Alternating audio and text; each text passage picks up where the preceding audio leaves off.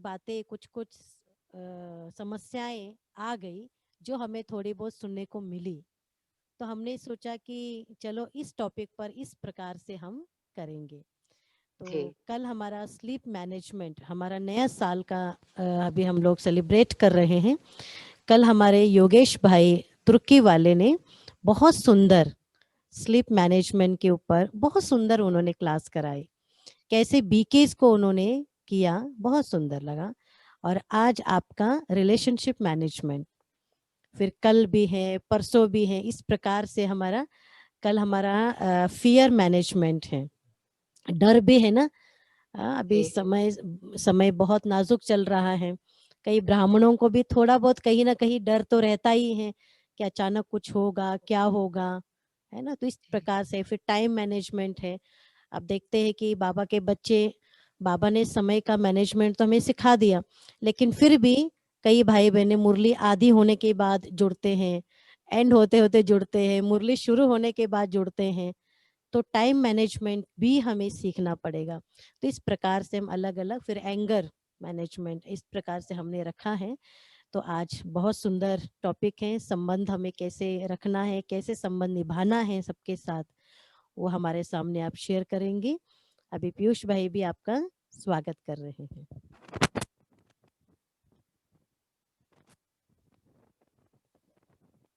Om Shanti, good morning. ओम शांति भाई जी, good morning. You are welcome in Delhi Darbar. Thank you so much, thank you. आपको सतयुग में तो दिल्ली आना ही पड़ेगा, मुंबई तो नहीं होगी। जी, हम मन से अभी भी दिल्ली में ही है। बाबा कहते हैं दिल्ली ही अकेली राजधानी है जो राजधानी थी, राजधानी है और राजधानी रहेगी। जी, और लोधी रोड तो बहुत ही हार्ट प्लेस, इस डाउन टाउन, जी, और हमारे लिए विशेष इसलिए है क्योंकि ब्रह्मा बाबा यहाँ पर आए थे। Doctor LS. माथुर की ऑफिशियल कोठी में 1960s में ब्रह्मा बाबा यहाँ आए थे, और यही टाइम था दिसंबर जनवरी का। तो बाबा मुरली भी सुनाएंगे, तो अपने हाथ से चाय बना के भी पिलाएंगे सब बच्चों को। तो फिर बाबा लोधी गार्डन में वॉक करने भी जाएंगे, जहां हम लोग भी वॉक करने जाते हैं। तो सभी भाई बहनें समझते हैं अपने आप को कि हम लोधी माने बाबा की गोदी में हैं। जी, तो ये सोमान, बाबा ने कहा ना, सोमान नशा होना चाहिए ना कोई ना कोई। जी, तो सभी भाई बहनें आपको सुन रहे हैं। हमारी क्लास बहुत भिन्न प्रकार की है। हाँ, यहाँ आईएएस ऑफिसर भी हैं, यहाँ बड़े वैज्ञानिक भी हैं, यहाँ डॉक्टर्स भी हैं, यहाँ बड़े एंटरप्रेन्योर्स भी हैं, यहाँ इंजीनियर्स भी हैं, और यहाँ चार चार जनरेशन्स भी आपको साथ साथ सुन रही हैं। So it's very unique and wonderful combination. And Lodhi road के भाई बहने आपको सुन रहे हैं, other cities also like Lucknow, Kolkata, Goa, Bengaluru, Bhopal, क्योंकि यहाँ सरकारी लोग भी बहुत होते हैं तो उनका ट्रांसफर वगैरह भी हो जाता है। और कुछ जी, कुछ भाई बहने आपको विदेश में भी सुन रहे हैं। तो आज आपकी क्लास हो गई अंतरराष्ट्रीय, ग्लोबल। तो बहुत जैसे बताया बहन जी ने कि संबंधों में थोड़ी, क्योंकि युगलों के साथ रहने का भाइयों को ज्यादा मौका नहीं मिलता, वो तो अपने दफ्तर में रहते और बहनें घरों में रहती। तो लॉकडाउन ने सिखाया कि कैसे बहनों के साथ भाइयों को रहना है, और वाइस वर्सा। तो वहां जी, संबंधों में कोई कोई ऐसी ऐसी बातें, तो उसके बारे में आप हमें बताएंगे, maybe till 8 o'clock, and if time permits we can take few questions as well. हाँ, और हमारी श्रेया बहन, तो हम तो आपको छोटी शिवानी बोलते हैं। आप पुरुषार्थ में छोटे नहीं हैं, आप पोजीशन में भी छोटे नहीं हैं। This is only little recognition, क्योंकि आपके फीचर्स भी उनसे बहुत मिलते हैं। The way you talk, the way you walk, the even the way you smile. तो ये समानता है। हो सकता है आपकी राजधानी और शिवानी दीदी की राजधानी आसपास रही होगी, you live together for many years, तो इसलिए बहुत समानताएं आ गई हैं। और आजकल श्रेया बहन मुंबई, मोरीबली, जो हमारी प्रभा दीदी, दिव्या दीदी का कारोबार है, सब जोन है, तो आप वहां रहती हैं। और आप बहुत टीवी पर अपना जो भिन्न भिन्न नेटवर्क्स हैं और यहाँ वहाँ सेमिनार्स, ब्राह्मणों के क्लासेस, सब कुछ कराते हैं। आप युवा हैं, लेकिन आपकी बातें बहुत मैच्योर्ड हैं। तो आज हम आपसे सुनेंगे संबंधों में समरसता। ओम शांति। थैंक यू भाई जी। ओम शांति। जैसे दीदी कह रहे थे कि अभी तो दिल्ली 1 सेकंड में पहुंच जाते हैं, तो ये भी बहुत वंडरफुल टेक्नोलॉजी है जो भिन्न-भिन्न बाबा के फुलवारी से वर्चुअल मीडिया के द्वारा मिलना होता है। और आपकी तो फुलवारी जैसे आप सुना ही रहे थे कि बहुत वैरायटी है, और जितनी वैरायटी फुलवारी है, उतने ही वैरायटी संस्कार भी इस फुलवारी में देखने में मिलेंगे। अगर भिन्न-भिन्न प्रकार की पोज़ीशंस हैं, तो बाबा ने कहा है तो आत्मा ही ना, तो जितनी प्रकार की आत्माएँ उतने भिन्न-भिन्न प्रकार के संस्कार। आज का जो टॉपिक ही है संबंध, मैं समझती ब्राह्मण के लिए ये आदि से लेकर अंत तक टॉपिक चलता ही रहता है। और उसका एक कारण ये है कि बाबा ने जो हमारी पढ़ाई, आखिर तो ये बाबा ने का यूनिवर्सिटी है, और पढ़ाई पूरी होने के बाद बाबा ने का सर्टिफिकेट भी लेना है। तो बाबा ने उस सर्टिफिकेट में कौन-सा सर्टिफिकेट कहा? एक सर्टिफिकेट बाबा ने कहा कि स्व से लेना है, दूसरा बाबा से लेना है, और तीसरा सर्टिफिकेट बाबा ने कहा परिवार से लेना है। बाबा भी हमारा जितना भोला है, उतना चतुर भी है। बाबा को पता है कहीं न कहीं खुद को भी सर्टिफिकेट दे ही देंगे। बाबा तो प्यार का सागर है, बाबा से भी ले ही लेंगे। आज हमारे अंदर इतनी कमियाँ हैं, इतने भूले हैं, तो भी बाबा बहुत प्यार करता है, हमें नंबर 1 जैसा ही देखता है। कई बार बाबा कहेंगे ना, मुझे तो अपने आखिरी बच्चे से भी बहुत प्यार है क्योंकि उसने मुझे पहचाना। तो स्व से भी सर्टिफिकेट मिल ही जाएगा, बाबा से भी मिल जाएगा। लेकिन बाबा को पता था कि परफेक्ट बनना है, तो बाबा ने एक और सर्टिफिकेट रखा, और वो था परिवार से सर्टिफिकेट। माना परिवार सर्टिफाई करे कि वो हमारे से संतुष्ट है। हम परिवार से संतुष्ट हैं और परिवार हमारे से संतुष्ट है। और इस चीज की बहुत सूक्ष्म चेकिंग करनी है, और पता तो चल ही जाता है कौन हमारे से संतुष्ट है, कौन नहीं है, हमें पता चल जाता है। क्योंकि जितनी आत्मा योगी होती जाती है, बहुत इजी वाइब्रेशन कैच करती है। अगर आसपास वाले हमारे से संतुष्ट होते हैं, तो उनसे बहुत सुंदर स्नेह का, सहयोग का वाइब्रेशन आता है। बाबा ने कहा संतुष्टता की निशानी है, जो आपसे संतुष्ट होगा, वो आपको सहयोग जरूर देगा। उसका आपसे दिल का स्नेह होगा। अगर सहयोग नहीं मिल रहा, तो हो सकता है कि वो आत्मा आपसे संतुष्ट नहीं है। तो ये तो हमें पता ही चल जाता है कि कौन 1-2 आत्माएं हैं जिन्हों के साथ शायद थोड़ा डीप कार्मिक अकाउंट है, जिन्हों के साथ हमें थोड़ी ज्यादा मेहनत करनी पड़ती है, जिन्हों को हमें संतुष्ट करने की भी मेहनत करनी पड़ती है। पर बाबा ने ये सर्टिफिकेट लेने के लिए हमें भिन्न भिन्न पुरुषार्थ की विधियां बताई हैं। जैसे दीदी भी कह रही थी कि लगभग रोज ही बाबा की मुरली में हमारे संबंध कैसे मधुर हो, उसकी बहुत छोटी छोटी बातें आती ही हैं। और उसमें बाबा ने पहली चीज जो हमें कही है कि बाबा केवल धर्म की स्थापना नहीं कर रहा है, राज्य की स्थापना कर रहा है। बाबा ने हमको पहले दिन से किनारा होने की छुट्टी नहीं दी। गृहस्थी थे तो भी बाबा ने कहा नहीं, अपने गृहस्थ में रह करके ट्रस्टी बनो, पवित्र बनो, बाबा की श्रीमत पर चलो। बाबा ने किनारा करने की छुट्टी नहीं दी। जो समर्पित रहते हैं वो भी एक सेंटर पे 5, 10, कई स्थानों पर 50, कई स्थानों पर दादियां जो शुरू में सुनाती हैं कि 300 का ग्रुप आया, तो वो भी तो 1-1 की काटी थी, माना भिन्न भिन्न संस्कार वाले आए। तो हमारे जीवन में वो सन्यास वाला वैराग तो था ही नहीं। बाबा ने शुरू से परिवार में रखा, क्योंकि एक परिवार की स्थापना हो रही है, एक राज्य की स्थापना हो रही है। और फिर बाबा ने कहा इस परिवार के ऊपर बहुत निश्चय होना चाहिए। जो निश्चय भी बाबा ने 4 प्रकार के बताए ना, बाबा में भी निश्चय है, स्व में भी निश्चय है, ड्रामा में भी निश्चय है। तो बाबा ने कहा परिवार में भी बहुत निश्चय होना चाहिए।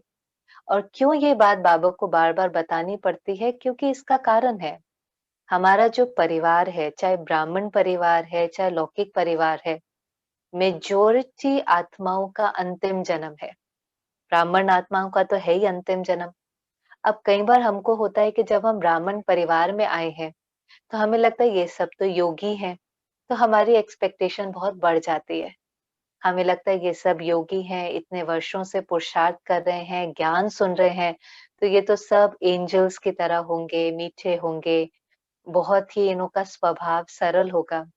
पर एक बात हम भूल जाते हैं कि अगर ये इनका अंतिम जन्म है और सब अंतिम जन्म में अगर बाबा के पास आते हैं और खास उसमें भी जो ब्राह्मण आत्माएं हैं, तो उन्हों की बैटरी तो कितनी डिस्चार्ज्ड है। बाबा तो अपने मुख से ही कहता है, कई बार हंसी में, कई बार प्यार से, कि ये तो नो कला है, पाई पैसे की भी वैल्यू नहीं रह जाती।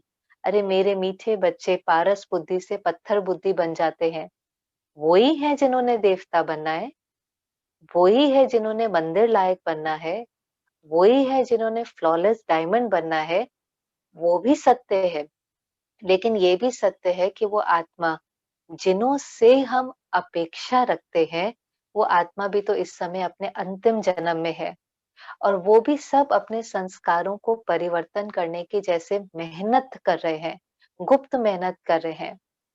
तो जो बाबा ने कहा कि ड्रामा में हर आत्मा अपना एक्यूरेट पार्ट बजा रही है, अब ये चीज हमें थोड़ी थोड़ी भूल जाती है। अभी अभी देखते भी जाए जो हमारे परिवार में है, चाहे लौकिक है चाहे ब्राह्मण परिवार है, एक चीज जो संबंधों में थोड़ा सा कॉन्फ्लिक्ट क्रिएट करती है, वो है कहीं ना कहीं एक्सपेक्टेशन। बहुत सूक्ष्म एक्सपेक्टेशन होती है, जिसको बाबा कहता है तो दे अभिमान का ही रूप, जिसको कहेंगे ईगो। ईगो को कहते हैं ना अभिमान, कि अभी अभी मेरी मानो। और जिस बात के लिए हम चाहते हैं कि वो माने, वो हमारे अनुसार राइट भी होती है, हो सकता है श्रीमत के अनुसार भी राइट है। सिर्फ कोई कई बार कहेंगे नहीं नहीं मैं ऐसा नहीं चाहता वो मेरे ही अनुसार चले, मैं तो ऐसा चाहता हूँ कि वो राइट करे। तो ये भी अगर हमने मान लिया कि सिर्फ हमारे अनुसार राइट नहीं है, वो बात श्रीमत अनुसार भी राइट है, कोई भी बात हो सकती है। आपको कोई एक्सपेक्टेशन है, इन्हें जल्दी उठना चाहिए, इन्हों को सफाई रखनी चाहिए, इन्हों को सबसे प्यार से बात करनी चाहिए, अपना कार्य खुद करना चाहिए, झूठ नहीं बोलना चाहिए, सबसे रिस्पेक्ट से बात करनी चाहिए, कोई भी बात हो सकती है। लेकिन वो एक अगर सूक्ष्म एक्सपेक्टेशन है, तो उसकी निशानी क्या होगी? देखो एक्सपेक्टेशन की निशानी क्या होती है कि जब वो संस्कार हमें सामने वाले में दिखाई नहीं देता, तो वो हमारे अंदर हलचल पैदा करता है। इसलिए बाबा ने पहली चीज जो हमको पक्का कराई, आज के मोर्ले में भी बाबा ने कहा कि ऐसा तो कोई रोज रोज नहीं कहता होगा, आत्म अभिमानी होकर के बैठो। बाबा ने पहली चीज पक्की कराई कि सामने वाले को आत्मा देखो और याद रखो कि उनके ओरिजिनल संस्कार कौन से हैं, और आज उतरते उतरते उतरते उतरते आखिरी जन्म के अक्वायर्ड संस्कार कौन से हैं। बाबा ने बार बार कहा आत्मिक दृष्टि का मतलब ही क्या है, कि जैसे ये साड़ी व्हाइट है, इस पर कोई दाग नहीं है। जब परम धाम से मैं आत्मा नीचे आई, इस पे कोई दाग नहीं है। हर एक के ओरिजिनल संस्कार, शांति, शक्ति, प्रेम से बात करना, प्योरिटी, रिस्पेक्ट देना। सत्युग में हम कैसे होंगे? कोई कॉन्फ्लिक्ट ही नहीं है, क्योंकि सब अपनी ओरिजिनल नेचर में, कोई कॉन्फ्लिक्ट नहीं है, एक बहुत प्यारी सी एनर्जी सबसे फ्लो होती है।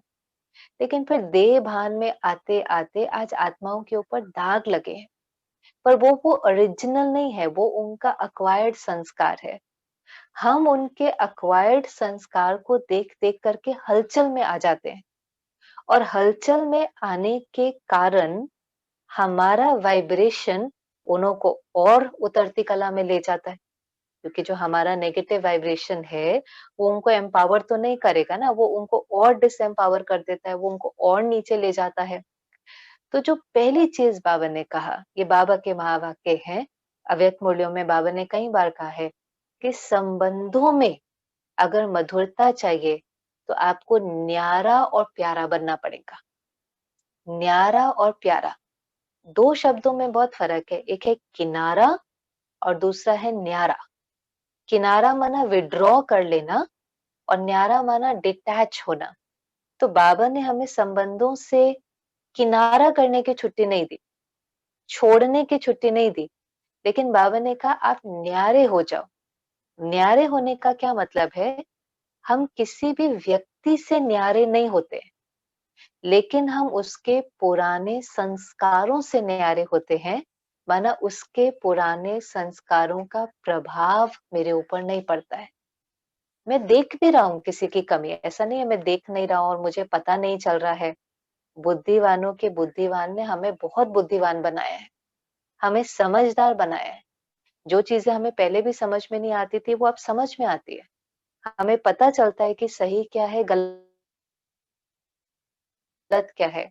हमें समझ में आता है कि ये चीज राइट नहीं है। लेकिन बाबा ने कहा न्यारा, साक्षी, माना उसकी जो भूल है वो आपको इन्फ्लुएंस नहीं करे, आपको हलचल में ना लेकर आए, आपकी स्थिति को डगमग नहीं करे। जो बाबा कई बार कहता है ना, जो साक्षीपन की सीट पर सेट होता है वो कभी अपसेट नहीं होता। ये बात भी हमें कहीं लिख करके रख देनी चाहिए। जो साक्षीपन की सीट पर सेट होता है वो कभी भी अपसेट नहीं होता। साक्षी, डिटैच। अब डिटैच का उल्टा अटैचमेंट।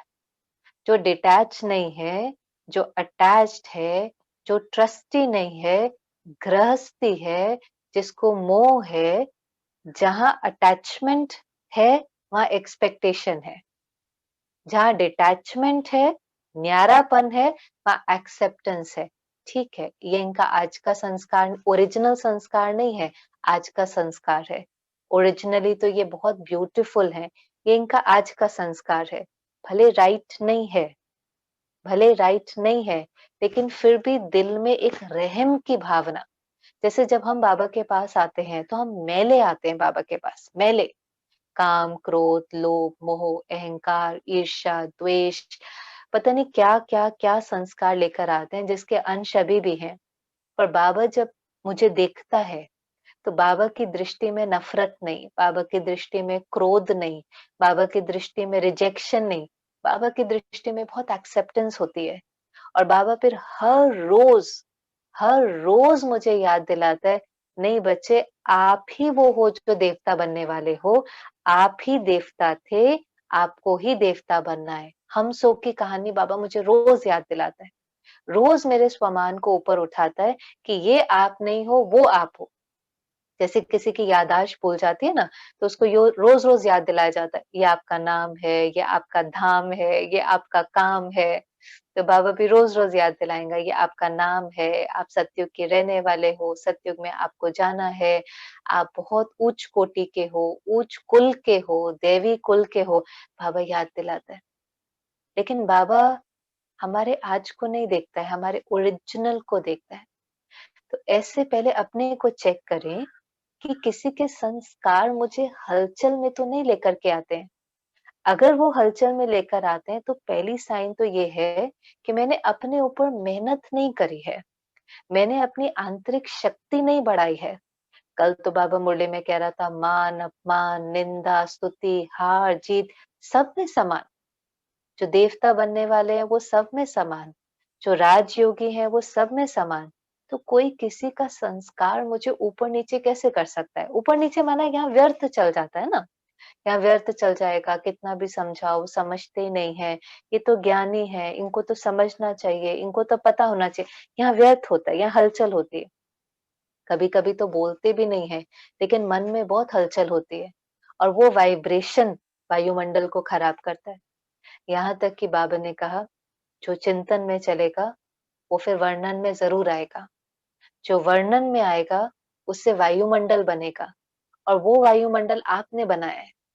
कुछ हफ्ते पहले बहुत सुंदर बाबा की मुरली चली थी, ये अव्यक्त मुरली दिसंबर की है, मैं समझती हूँ, पहला पहला संडे था। बहुत सुंदर बाबा ने उसमें कहा कि स्वच्छता क्या है, और स्वच्छता के लिए बाबा ने कहा कि आपकी वृत्ति और दृष्टि में किसी की बीती हुई बात है ही नहीं। बाबा ने कहा अगर बीती बात थोड़ा सा भी है, माना उसका वाइब्रेशन भी है, जो लाइन थी, जो महावाक्य था कि बीती हुई बात का अगर वाइब्रेशन भी है, तो बाबा ने कहा ये हल्का पाप है। आप किसी के साथ सेवा करने जा रहे हैं और यहाँ पर उसके ओरिजिनल संस्कारों की स्मृति नहीं है, लेकिन आज की कमजोरियां अपने चित्त पर बिठा के रखी हैं। तो बाबा ने कहा आपकी दृष्टि भी वैसी होगी, आपकी वृत्ति भी वैसी होगी, आप उनको देखेंगे भी वैसे, आपसे वाइब्रेशन भी वैसा ही जाएगा, और फिर बाबा ने कहा सृष्टि भी वैसी बन जाएंगी। और फिर बहुत सुंदर बात बाबा ने कही, फिर आप कहेंगे देखा देखा, मैंने कहा था ना ऐसा ही होगा। तो बाबा ने कहा ये आपने खुद अपने संकल्प, अपनी दृष्टि और अपनी वृत्ति से ऐसी सृष्टि क्रिएट की है। नहीं तो बाबा तो कहता है, जो बाबा ने उसमें उदाहरण दिया था कि साइंस कैसे एक विमान से दूसरे विमान को गिरा देता है ना, एक शस्त्र से दूसरे शस्त्र को गिरा देता है। तो बाबा ने कहा आपका समर्थ संकल्प, आपका समर्थ वाइब्रेशन सामने वाले के व्यर्थ को भी समर्थ में परिवर्तन कर सकता है।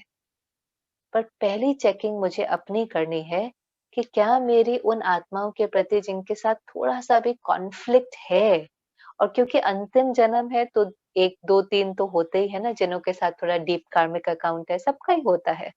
वही सेटल करने तो हम आए हैं, हिसाब किताब ही तो चुकतो करने आए हैं।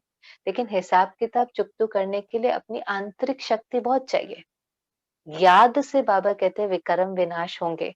याद हमारे अंदर इतनी ताकत भर देती है कि किसी का संस्कार मुझे प्रोवोक नहीं कर सकता, किसी का संस्कार मेरे अंदर हलचल पैदा नहीं कर सकता, किसी का संस्कार मेरे अंदर व्यर्थ का चिंतन पैदा नहीं कर सकता, क्योंकि जैसा चिंतन होगा वैसा मेरा चरित्र बनता जाएगा। तो पहले ये प्रैक्टिस करनी है कि मैंने किसी की कमी देखी, मैंने किसी का संस्कार देखा, मैंने किसी की गलती देखी, लेकिन मेरे अंदर उसकी हलचल नहीं। और बाबा की बातें मुझे फिर उस समय याद करनी है। बाबा ने कहा है, जो बाबा उनको कैसे देखता है, मुझे एक लाइन भी, मैं कई बार अपने को एक लाइन याद दिलाती हूँ कि जो भी है तो बाबा की पसंद ना। भले आज मुझे उसके साथ कॉन्फ्लिक्ट है या मुझे उसके साथ डिफिकल्टी हो रही है, पर एक लाइन मन को शांत कर देती है, आखिर है तो ये बाबा की पसंद ना, बाबा ने इसको चुना है, इसमें कुछ तो बहुत महानता ऊंचाई होंगी जो ये बाबा के कार्य के लिए बाबा ने इसको चुना है तो भगवान का बच्चा ना। आज भी जो वरदान में बाबा ने कहा कि स्नेही से प्यार है, बाबा से प्यार है, तो बाबा को जिन जिन चीजों से प्यार होगा उससे हमको भी प्यार होगा। बाबा से प्यार माना बाबा की मुरली से प्यार, बाबा से प्यार माना बाबा की दिनचर्या से प्यार, बाबा से प्यार माना बाबा की कई हर श्रीमत से प्यार, बाबा से प्यार माना बाबा के परिवार से प्यार। ये परिवार बाबा का है, अगर बाबा को ये परिवार इतना मीठा और प्यारा लगता है, बाबा कहते हैं सन्यासियों से भी महान, राजाओं से भी महान, महान से महान आत्माओं से भी महान है ये मेरा परिवार, तो फिर मुझे भी इस परिवार को पसंद करना है, विशेषताएं देखनी है। बाबा ने एक बार बहुत सुंदर ड्रिल कराई थी। हम बाबा ने कहा सही को सही समझना है, गलत को गलत समझना है, समझो भले लेकिन वृत्ति में नहीं बिठाओ। बहुत सुंदर बात थी। सही को सही समझना है, गलत को गलत समझना है, समझो भले लेकिन वृत्ति में नहीं बिठाओ। अब क्या फर्क है इसमें?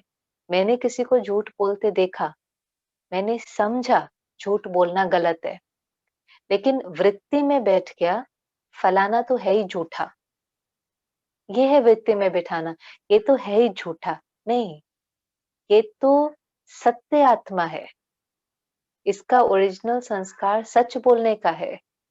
गिरते गिरते गिरते पता नहीं क्या पास्ट के एक्सपीरियंस है, पता नहीं ये आत्मा किन चीजों से गुजरी है, इस जन्म में या पिछले जन्म में पता नहीं कौन सी प्रॉब्लम्स और चैलेंजेस इसके सामने आई हैं, जिसके कारण आज इसका झूठ बोलने का संस्कार पड़ गया है।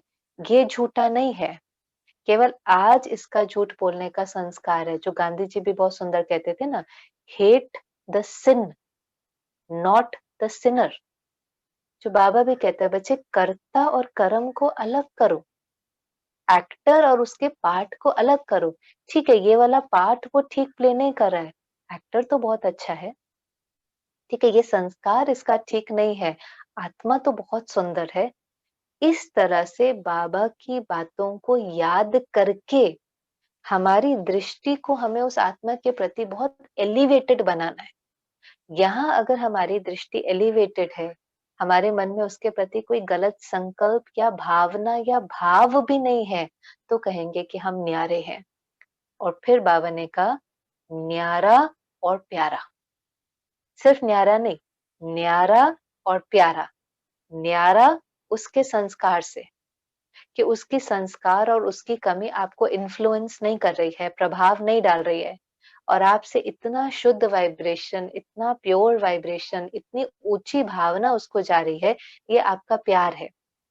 जब हम किसी के बारे में गलत नहीं सोचते हैं, यही हमारा उनके लिए प्यार है। इससे बड़ा सहयोग कोई हो ही नहीं सकता। बाबा कई बार कहता है, देखो ब्राह्मण आत्माओं को ज्ञान नहीं सुना सकते। अगर हमारा कॉन्फ्लिक्ट किसी ब्राह्मण आत्मा के साथ है जिसको ज्ञान है, वो रोज मुरली भी सुनती है, वो बाबा उसको रोज पढ़ा रहा है, तो उसको ज्ञान की कमी नहीं है, उसके अंदर ताकत की कमी है। कई मुरलियों में बाबा ने कहा, ब्राह्मण आत्माओं को बार बार ज्ञान सुनाने की जरूरत नहीं होती, उनको सहयोग देना है। तो कौन सा सहयोग हमें उनको देना है? हमारा सहयोग ही ये है कि हमारी दृष्टि और हमारी दृष्टि आत्मिक है, और हमारी वृत्ति में हमने उसकी कमी पकड़ के नहीं रखी है। अपनी वृत्ति में हमने बीती पास की बातें पकड़ के नहीं रखी है, स्वच्छ है। जब आज उनसे वापस हम मिलते हैं तो बहुत प्योर वाइब्रेशन उनको हमारे से जाता है। देखो, जो हमने पकड़ करके रखा होगा, जो हमारे चित्त में है, नेचुरली वो वाइब्रेशन तो रेडिएट होएगा ही ना। और अगर वो नेगेटिव वाइब्रेशन है तो उसको हम प्यार तो नहीं कह सकते हैं। ऐसे कोई किसी को प्यार करना नहीं होता है, किसी को बार बार आई लव यू बोलना नहीं होता। जैसे दादियों के लिए हमेशा कहते हैं ना, दादियां बहुत प्यार करती थी, दादियां बहुत प्यार करती थी। हम में से कितने, हम प्रकाश मणि दादी को कोई पर्सनली मिले भी नहीं है, आज हम एक वीडियो भी देखते हैं तो हम कहते हैं दादी प्यार का सागर थी। अभी 18 जनवरी आएगा, सब सुनाएंगे ब्रह्मा बाबा कैसे प्यार का सागर था। कोई पर्सनल मिला नहीं है, वीडियोस देखी हैं, बाबा की किताब पढ़ी है, दादियों के अनुभव दूसरे से सुने हैं, लेकिन तो भी प्यार की भासना आती है। क्यों? उनकी दृष्टि वृत्ति सारे ब्राह्मण परिवार के लिए बहुत श्रेष्ठ थी। एक एक को तो प्यार नहीं कर सकते, एक एक को तो संतुष्ट करने नहीं जा सकते, लेकिन जब हम बहुत ऊंची स्थिति में होते हैं तो वो हमारे से रेडिएट होता है, वो हमारे से फ्लो होता है। जो बाबा कहते हैं, फिर एक सेकंड के लिए भी अगर आपके संपर्क में कोई आता है तो सहयोग पाकर जाता है। अब वो क्या सहयोग है? वो बस हमारे संपर्क में आता है और उसको अच्छा लगता है, वो हमारे कांटेक्ट में आकर के बैठता है, कहते हैं मुझे यहाँ बैठना अच्छा लगता है, मुझे आपके घर में बैठना अच्छा लगता है, मुझे आपके कमरे में बैठना अच्छा लगता है। उसको वो वाइब्रेशन, उसको वो स्थान सुकून देता है। भले वो ज्ञानी भी नहीं है। 2-3 दिन पहले मुझे कोई बता रहा था कि एक भाई जो ज्ञान में चलते हैं, उन्होंने अपने ऑफिस के किसी वर्कर को, एक भाई को सेंटर पर कुछ देना था, तो उसको भेजा कि आप ये सेंटर पर दे आओ। अब जिसको देना था वो बाहर गए हुए थे, तो उनको थोड़ा वेट करना पड़ा, आधा 1 घंटा। और ये किसी दूसरे स्थान की बात है, नॉर्थ इंडिया में बहुत ठंड थी, तो बहन ने उनको कहा आप बाहर बैठे हो, आप अंदर आकर बैठ जाओ, आधा घंटा वेट करना है। और आधा घंटा वेट किया, वो जो काम था कर दिया, जो चीज़ देनी थी देकर आकर के वापस वो उस भाई को बताता है, मुझे ना अंदर बैठ कर के बहुत शांति मिली। और ये तो बहुत दुःख का अनुभव है। कोई ज्ञान नहीं, कोई इंटेंशन नहीं, किसी से बात नहीं करी, ज्ञान की एक लाइन नहीं सुनी, कुछ भी नहीं। बस वो तो ड्रामा अनुसार कुछ देने गए थे और वेट करना पड़ा। और तो भी आधा घंटा वेट करने के बाद उसके मुख से शब्द क्या निकलता है, मुझे ना यहाँ बैठ करके बहुत सुकून मिला।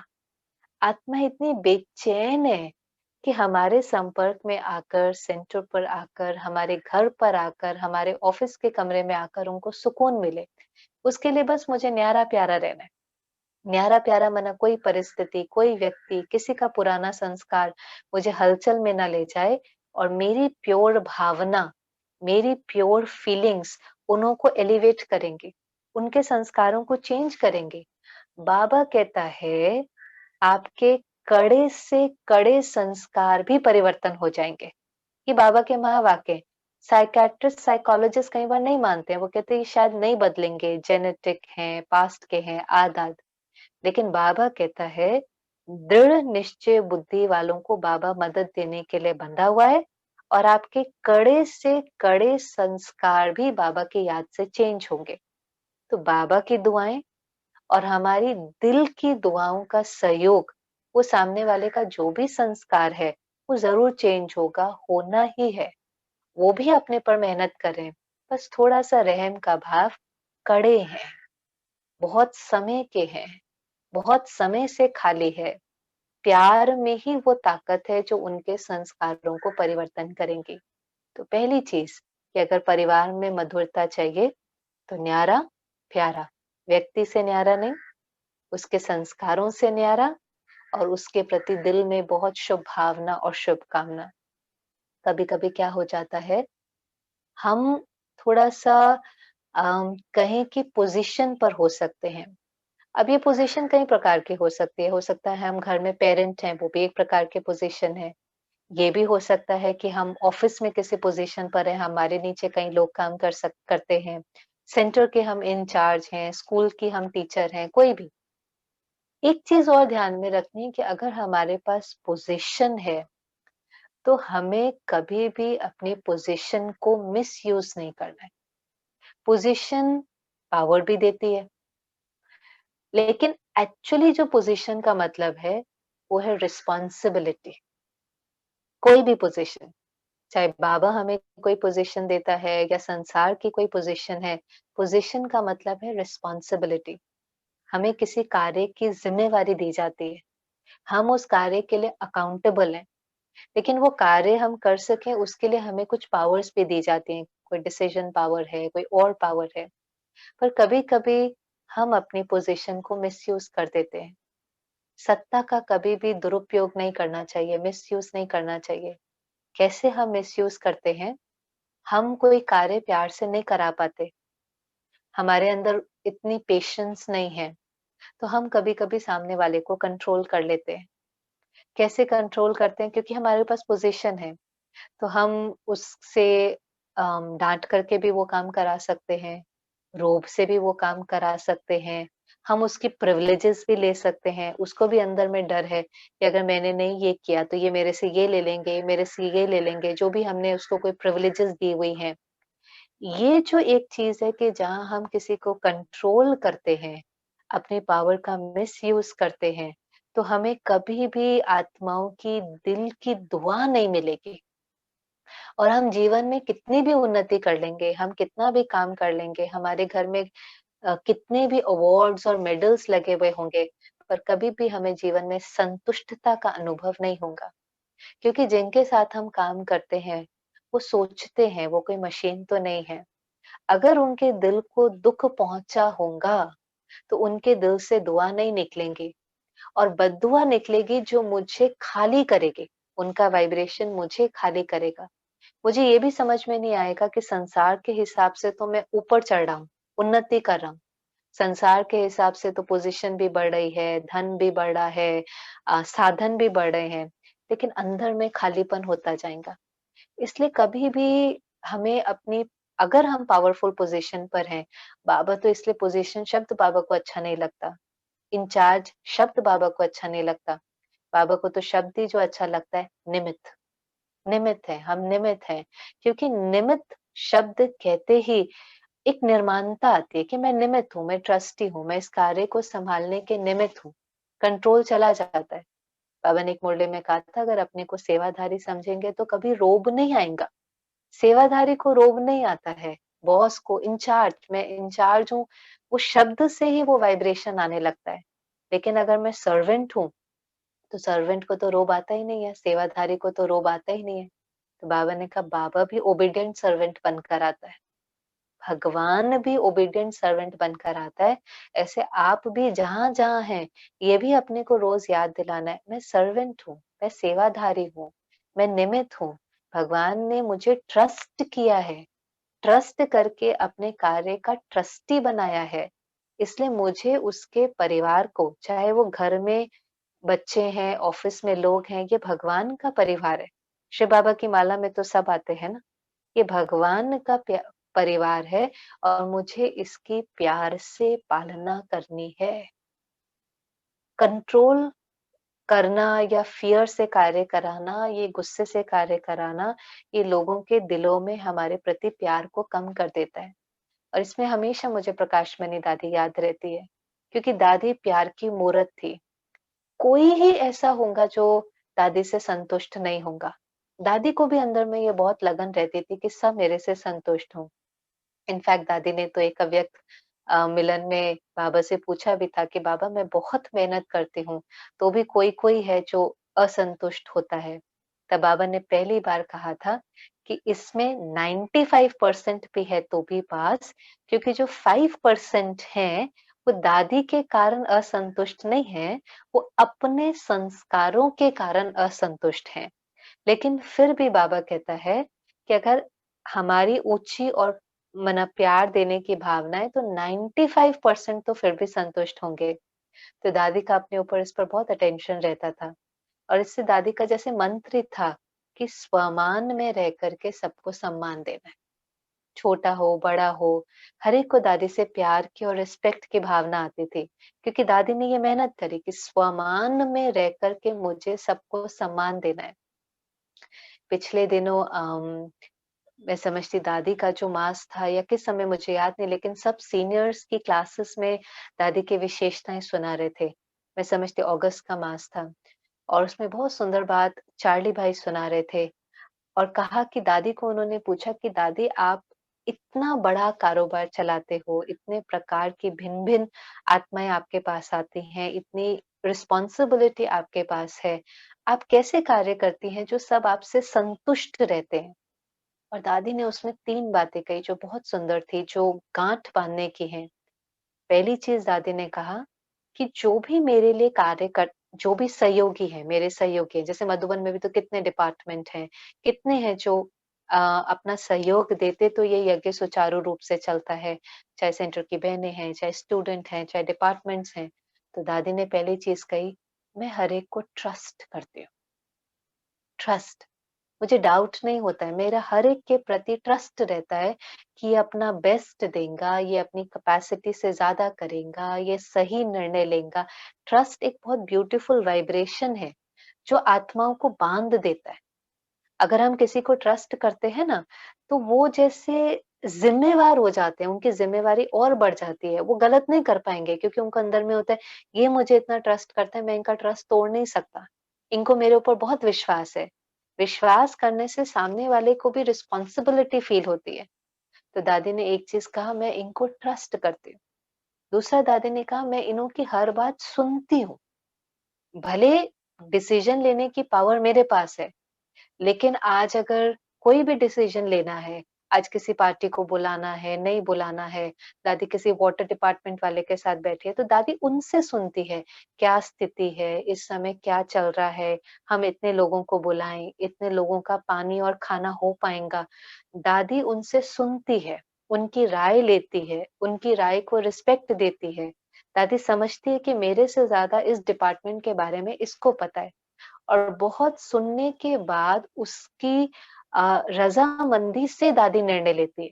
आखिर निर्णय तो दादी का ही है, लेकिन दादी सुनती है। तो जो उन्होंने दूसरी बात कही, दादी ट्रस्ट करती है, दादी सुनती है, लिसन कंपैशनेटली सुनती है और चौथा तीसरी बात जो उन्होंने कही, दादी फ्रीडम देती है, कंट्रोल नहीं करती। फ्रीडम देती है कि अच्छा ठीक है, ये कार्य होना चाहिए, भले आप दादी को बताओ किस विधि से हो सकता है, आपको क्या ठीक लगता है।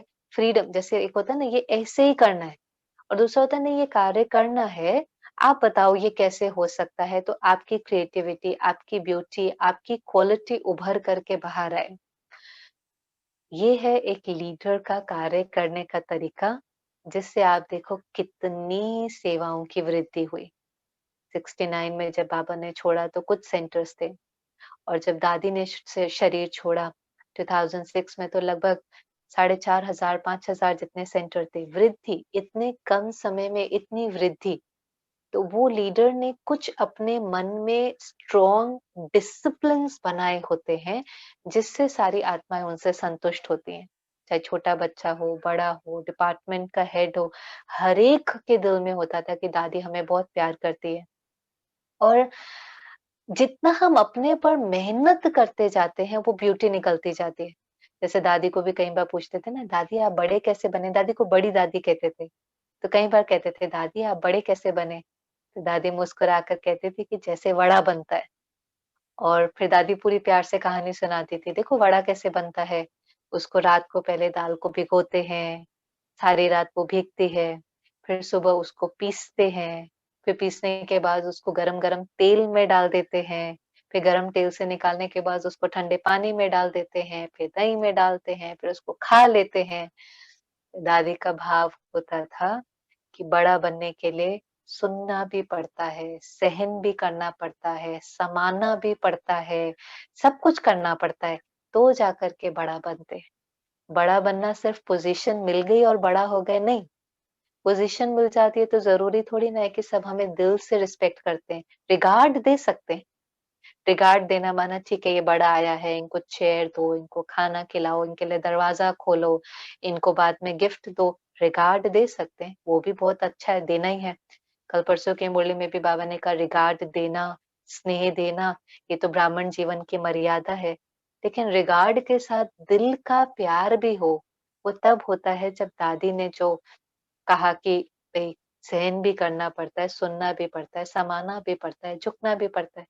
हमारी दादी तो झुकने में बहुत नंबर 1 थी। दादी जल्दी से सॉरी बोल देती थी। तो कभी-कभी कहते भी थे, दादी आप बहुत जल्दी सॉरी बोल देते हो। तो दादी प्यार से कहती थी, देखो सॉरी बोलने से मेरी साड़ी मैली नहीं होती है। अगर उस सामने वाले व्यक्ति का व्यर्थ खत्म हो जाता है, किसी के मन में व्यर्थ चल रहा है, उसको लगता है कि ये दादी की बात से उसका व्यर्थ चल रहा है। भले दादी का भाव भी नहीं था, लेकिन फिर भी उसका व्यर्थ चल रहा है। तो दादी के सॉरी बोलने से दादी की साड़ी मैली नहीं होती, लेकिन उसका मन शांत हो जाता है। तो अगर दादी ने सॉरी कह दिया तो क्या हो गया? किसी का मन शांत करना, ये तो बहुत बड़ी सेवा है। हम बड़ी-बड़ी बात कहते हैं, मुक्ति देनी है, मुक्ति देनी है। किसी के मन को शांत करना ही तो उसको मुक्ति देना है। आज अगर ज़रा-सा झुकने से किसी का मन शांत हो जाता है, तो ये तो हमने जैसे उसको मुक्ति दे दी, तो कितनी बड़ी सेवा हो गई। एक अव्यक्त मुरली में बाबा ने कहा था, अपनों के लिए झुकना कमजोरी नहीं है, महानता है। इसमें कमजोरी नहीं समझना। अपनों के लिए झुकना कमजोरी नहीं है, ये महानता है। और जो झुकता है उसके सामने सारा संसार झुकता है। तो ये बाबा की आज्ञाएं हैं। श्रीमत को स्टडी करके इतनी क्लैरिटी होनी चाहिए। सहन करना बाबा की आज्ञा है। बाबा ने कहा, जो सहन करेगा वो शहंशाह बनेगा, जो झुकेगा उसके सामने सारा संसार झुकेगा। लेकिन ये वही कर सकता है जो आत्मा अंदर से बहुत शक्तिशाली है। अगर हमारे संबंध ठीक नहीं है तो ये निशानी है कि हम अंदर से कमजोर हैं। हमें अपने को बहुत शक्तिशाली बनाना है। बाबा की याद से, मुरलियों की स्टडी से, प्रैक्टिस से। जो आज भी स्लोगन दीदी सुना रहे थे ना कि स्वभाव सरल हो लेकिन पुरुषार्थ पे बहुत अटेंशन हो।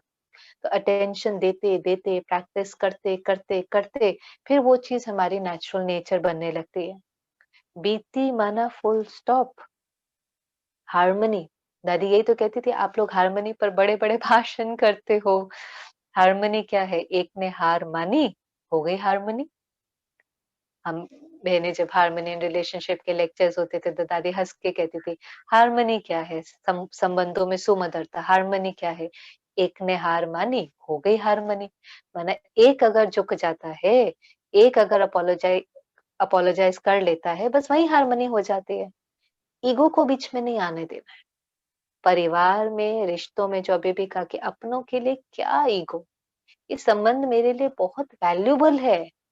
हम बात नहीं कर रहे, हमारा एक दूसरे के प्रति व्यर्थ चल रहा है। हमारे चित्त में अगर एक दूसरे की कमी हमने पकड़ के रखी है, तो क्या हमारा चित्त कभी भी एकाग्र चित्त हो पाएगा? अगर हमारे चित्त में किसी की कमी है, वो चित्त कभी भी एकाग्र होकर के बाबा को याद नहीं कर सकता। एकाग्रता नहीं आ सकती है, क्योंकि उस चित्त के अंदर क्योंकि कमी पकड़ी है, तो वो फिर बुद्धि भागती रहती है। वो बुद्धि कभी भी जैसे स्थिर नहीं होंगी, एकाग्रता नहीं होंगी, भगवान के प्यार का सुख नहीं मिलेगा। संगम युग की सबसे बड़ी गिफ्ट है भगवान का प्यार। लेकिन अगर एक भी संबंध ठीक नहीं होगा तो भगवान के प्यार का अनुभव नहीं होगा, क्योंकि वो संबंध हमें खींचेगा, उसकी बद्दुआ हमें नीचे लेकर के आएंगे, उसका वाइब्रेशन हमें ऊपर कनेक्ट नहीं होने देगा। भगवान के परिवार, भगवान के प्यार को अनुभव करने के लिए थोड़ा झुकना पड़े, थोड़ा सहन करना पड़े या थोड़ा मरना पड़े तो इसमें कोई बड़ी बात नहीं है। और है क्या, कोई कहने में शब्द ऐसा लगता है सहन करना, मरना, पर आखिर तो ये बहुत शक्तिशाली स्थिति है ना, कि किसी की कोई बात या किसी का कोई संस्कार मुझे इन्फ्लुएंस नहीं करता। ये तो बहुत बड़ी बात है। टॉलरेंस क्या है? एक्सेप्टेंस ही तो है ना, कि मैंने एक्सेप्ट किया कि ये आत्मा कमजोर है और धीरे धीरे मैं ऐसा वाइब्रेशन इसको दूंगा कि ये शक्तिशाली बन जाएंगे। तो बहुत सुंदर ये वीक लॉन्ग, मैं समझती दीदी और पीयूष भाई ने बहुत सुंदर आयोजन किया है। लेकिन एक एक बात को हमें अभी अपने जीवन में धारण करना है। ऐसा बनना है कि जितना प्यार बाबा से है उतना प्यार बाबा के परिवार से, और जितना प्यार बाबा के परिवार से होगा उतना ही नेचुरली हमारी याद शक्तिशाली बनती चली जाएंगी। 18 जनवरी तो जैसे प्यार का ही महीना है, तो वो प्यार हमें बाबा से खींचना है, वो प्यार हमें बाबा से लेना है। एक बाबा दूसरा ना कोई, उस प्यार के सागर में डुबकी लगाते जाना है। और फिर वो प्यार जो बाबा ने अभी भी संडे के मुरली में कहा, बस वो प्यार हमें दाता बन करके बांटते जाना है। ओम शांति। आपका बहुत बहुत धन्यवाद। बहुत सुंदर सुंदर बातें आपने बहुत सरल तरीके से बताई, सभी भाई बहनों के दिल को छू गई हैं। अब मैं देखता हूं कोई प्रश्न पूछना चाहते हैं। यशोदा बहन, अपना वीडियो ऑन करें। आपके मन में कोई प्रश्न है या कौन सी बात अच्छी लगी आपको? टेक अवे क्या है आज का? ओम शांति दीदी। ओम शांति। आपने बहुत सारी बातें कही, बाबा की मुरली पे ही थी आपकी, आपने जो भी बातें कही तो बहुत अच्छी लगी बातें। तो आपने कहा जब हम कुछ ना कुछ रिलेशंस में एक्सपेक्टेशन रखते हैं तो हमको हर्ट होता है। तो इस पे ना आपने बहुत अच्छी बातें बाबा की मुरली से कही, जैसे कि किसी के संस्कार हमको डिस्टर्ब नहीं करना चाहिए, कि मन पे डिस्टर्ब नहीं करना चाहिए। तो ये सारी बातें बहुत ही अच्छी लगी। और हार मनी, जैसे बाबा दादी भी कहती थी हार मान लो, और हार इस तरह से कहा था ना, तो ये भी अच्छा लगा पॉजिटिव वे में। और अभिमान, अभी मान लो, ये सारी बातें बहुत अच्छी थी। Thank you. ओम शांति। धन्यवाद यशोदा बहन। और मुस्कान बहन, आपके मन में कोई प्रश्न है या आप कोई टेक अवे बताएंगे? अनम्यूट करें। ओम शांति दीदी जी। मेरा एक प्रश्न है। मेरा प्रश्न यह है कि मैं कॉलेज स्टूडेंट हूँ, और कॉलेज में कभी कभार जब हम ग्रुप में काम करते हैं तो कभी कभी ऐसी परिस्थिति बनती है जहाँ किसी एक बात के लिए मेजॉरिटी हो जाती है और मुझे वो कार्य गलत लगता है या फिर डिसीजन मेरे को ठीक नहीं लगता है, तो मैं बहुत जल्दी किनारा कर लेती हूँ, क्योंकि मुझे ऐसा फियर रहता है कि अगर मैं हाँ करूंगी तो मैं कर्मों के हिसाब किताब में बन जाऊंगी, तो फिर मैं संस्कार मिला के चलने में दिक्कत आती है। तो ऐसी परिस्थिति में हम कैसे डील करें? जो आपने कहा कि मेजॉरिटी एक तरफ है और आपको कोई डिसीजन लेना पड़ता है, ये कई बार एक जो चैलेंज है वो बहुत कॉलेज गोइंग स्टूडेंट्स के सामने आता है। क्योंकि देखो, सब उतरती कला में है, हम चढ़ती कला में है। कई सारी बातें होंगी, कोई कहेगा चलो सब बंक करते हैं, हम कहते नहीं हमें नहीं करना है। कोई कहेंगे चलो सब ड्रिंक करते हैं, हम कहेंगे नहीं हमें नहीं करना है, क्योंकि हमें उनके साथ भी रहना है और हमें श्रीमत के ऊपर भी चलना है। हम वो कर्म नहीं कर सकते जिसमें हम उनको तो प्लीज कर ले और बाबा हमारे से नाराज हो जाए। वैसे तो बाबा नाराज नहीं होता, पर कहने का भाव है कि इस समय हमें प्रायोरिटी श्रीमत को देनी है।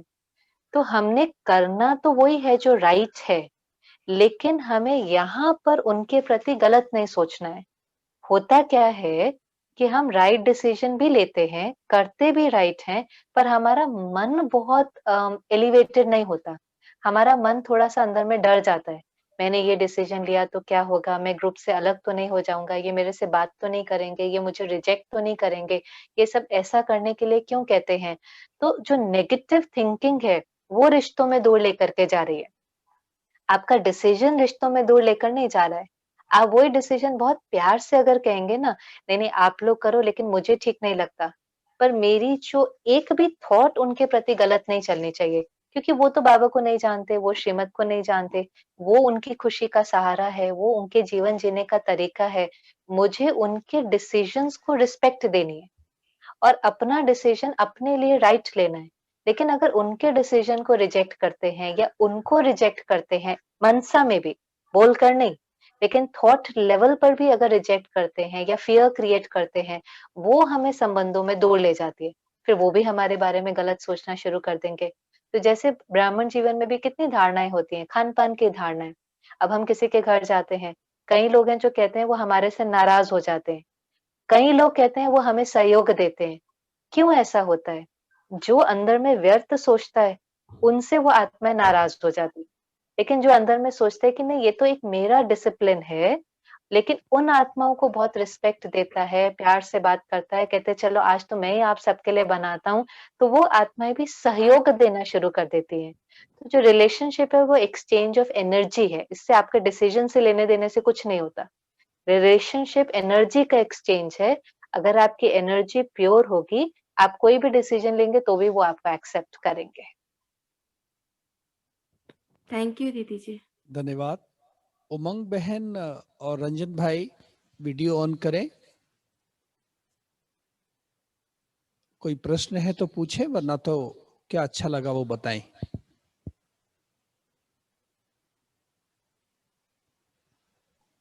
एक सेकेंड। ओम शांति बहन जी, ओम शांति भाई जी। ओम शांति।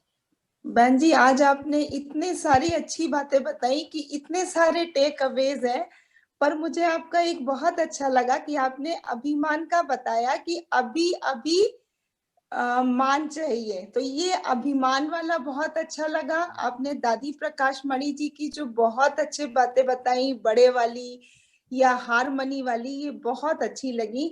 इसको मतलब जैसे ये विद एग्जाम्पल हो गई ना, तो ये फॉलो करने में बहुत इजी हो गई है शायद जिंदगी में। तो बहुत अच्छा लगा आज आपका लेक्चर। एक थोड़ा सा बहन जी एक क्वेश्चन था कि कई बार जैसे वर्क प्लेस पे वही रहता है कि आप मतलब हर कोई कोऑपरेट नहीं करता, पर जैसे हमें काम इंस्टीट्यूशन में काम करना है तो हमें कई काम करने पड़ते हैं, तो उस समय थोड़ा सा सिचुएशन, थोड़ी सी स्थिति थोड़ी गड़बड़ हो जाती है, उसके लिए क्या करना चाहिए? काम तो कराना ही है। अब बाबा का यज्ञ देखो तो काम नहीं हो रहा, काम तो हो ही रहा है और काम करना ही है। केवल फर्क हो जाता है कि काम कराने का तरीका क्या है। एक काम है कि देखो दो चीजें होती हैं, कभी कभी जब हम रोब या गुस्से को यूज करते हैं तो काम तुरंत हो जाता है, तुरंत हो जाता है, लेकिन रिश्ता वीक होना शुरू हो जाता है। फिर एक दिन ऐसा आएगा कि आप कितना भी बोल लो, आप कितना भी कह लो, लेकिन वो सहयोग नहीं देंगे और ही वो कुछ ना कुछ ऑब्स्टिकल क्रिएट करेंगे। दूसरा है कि जब हम प्यार से किसी से कार्य कराते हैं तो हो सकता है कि वो इमीडिएटली नहीं करे, क्योंकि उसको उसकी शायद अर्जेंसी ना फील हो। वैसे तो रेयर होता है, जब किसी को प्यार और रिस्पेक्ट मिलती है तो वो भी बंध जाता है करने के लिए। लेकिन जब किसी को प्यार रिस्पेक्ट मिलती जाती है ओवर अ लॉन्ग पीरियड, तो हो सकता है इनिशियली इमीडिएट रिजल्ट नहीं मिले, लेकिन over a period of time ऐसा होगा, आपको कहना ही नहीं पड़ेगा, आपको कहना ही नहीं पड़ेगा। वो आपको कहेंगे कि आप निश्चिंत हो जाओ, हम ये सब कर देंगे। तो डिपेंड करता है कि मैंने अपनी एनर्जी किस दिशा में यूज की है। मैंने अपनी एनर्जी सारी काम कराने में यूज की है कि मैंने अपनी एनर्जी रिलेशनशिप बनाने में यूज की है। अगर मैंने अपनी एनर्जी, अपनी शक्ति रिलेशनशिप बनाने में यूज की है तो वो मेरे लिए काम करेंगे। और अगर काम कराने में ही यूज करी है तो एक दिन काम हो जाएगा, लेकिन अच्छा नहीं फील होगा, कंफर्टेबल फील नहीं होगा और ही वो मेरे से दूर होते चले जाएंगे।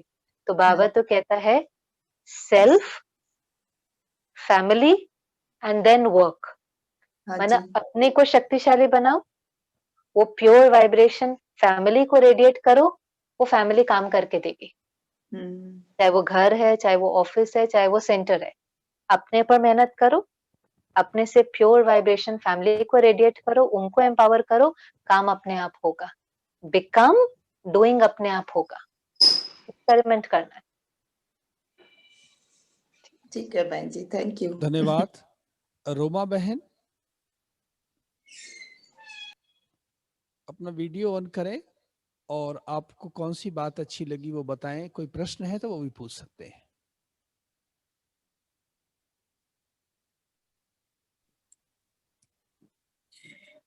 ओम शांति। ओम दीदी आपने शांति। दीदी आपने रिलेशनशिप पे बहुत अच्छा बताया, बहुत कुछ सीखने को मिला।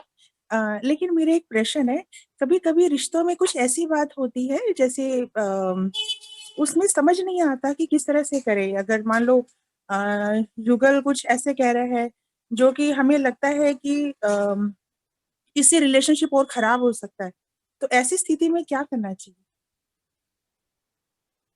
अभी आपकी क्या सिचुएशन है मुझे नहीं पता है। मैं समझती हूँ कि अगर हमें कोई बात समझ में नहीं आती है तो हम अपनी सेंटर की दीदी को जाकर के पूछें, क्लैरिटी से उन्हों को बताएं, क्योंकि कई जगह पर हर व्यक्ति के लिए जो उस समय पर क्या राइट है वो अलग अलग होता है। मतलब आपकी सिचुएशन क्या है, किसी की सिचुएशन क्या है, उस अनुसार उसको गाइड किया जा सकता है। इसीलिए बाबा ने सेंटर्स बनाए और सेंटर्स पर हमारी दीदियां हैं। आप उन्हों को अगर बताएंगे तो थोड़ा गाइड वो आपको कर पाएंगे। जी, ओम शांति। आपका धन्यवाद। बहुत अच्छी अच्छी बातें आपने बताई। रोमा बहन हडको कंपनी है भारत सरकार की, वहां कार्य करती है। और हमारी उमंग बहन शिक्षिका हैं स्कूल में। और मुस्कान बहन बीडीएस, वो डॉक्टर बनने वाली हैं। जी। और उससे पहले यशोदा बहन कुमारी है, वो आप जैसी ब्रह्मा कुमारी, साड़ी वाली कुमारी बनने वाली है, ब्रह्मा कुमारी। तो आप हमारे साथ जुड़े, आपने इतनी अच्छी बातें सुनाई, सबको बहुत पसंद आया। आपको नववर्ष की बहुत मंगल कामनाएं। और हम ऐसे ही मिलते रहेंगे। और राजधानी में तो आप जल्दी ही आएंगे ही, अब तो राजधानी तैयार हो रही है, बन रही है। बस आपने अपना राजभवन महल तो देख लिया होगा, दिल्ली में कौन सी जगह होगा, नहीं देखा है तो जल्दी आके देख लीजिए एक बारी। और बिंदु बहन जी को भी हमारा थैंक्स बोले कि वो आपको सदैव स्वीकृति देती हैं। ओम शांति। अब एक बाबा का गीत बजेगा और हम समाप्त करेंगे। कल हमारी राधिका बहन हैदराबाद से बहुत सुंदर लेक्चर करेंगी, अपनी बात रखेंगी। और उनका विषय है भय से मुक्त नए भविष्य की ओर, फेयरवेल टू फियर। क्योंकि कई भाई बहनों के मन में बहुत भय आ गया है, तो उसके बारे में बताएंगी। और आज ज्योति बहन भोपाल से शाम को नुमा शाम का योग इसी विषय पर, संबंधों में समरसता विषय पर कराएंगी।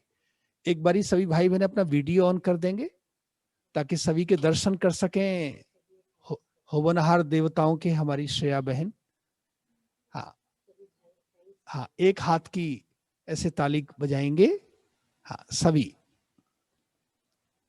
बहुत सुंदर दृश्य लग रहा है। और अब ये गीत बजेगा बाबा का और फिर हम आज का कार्यक्रम समाप्त करेंगे। ओम शांति।